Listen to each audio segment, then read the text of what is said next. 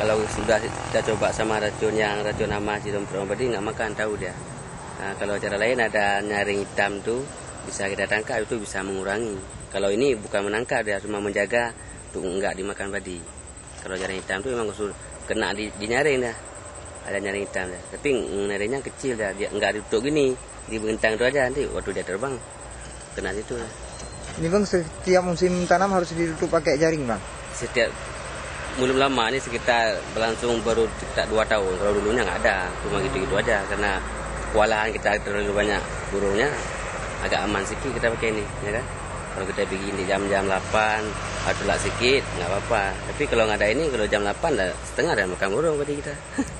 Burung apa bang yang namanya ini, yang menyerang? Pipit lah, pipit. Pipit bang ya? Nah, dulu kita cek dulu. Ini akan berdampak kepada gagalnya panen bang? Jelas lah. Jangankan kita bilang 1 minggu 2 hari kita nggak jaga, kalau nggak pakai nyaring nggak usah pergi lagi lah ke sawah, nggak ada lagi, setengah untuk dia. Upaya ini bang, harapan kepada pemerintah bang dalam hal ini bang? Kalau pemerintah ya mungkin kalau secara bantuannya paling ya nyaring, tapi kalau pengendalian lain kalau burung tuh saya rasa nggak, dari pertanian pun nggak ada cara, saya rasa nggak ada cara kalau burung memang beda dengan hama-hama lain kan. Kalau burung nggak ada cerita ada. Kita adalah nyaring, bantuan kalau dikasih ya, nggak ada upaya lain. Makan burung, banyak kali burung. Lucu.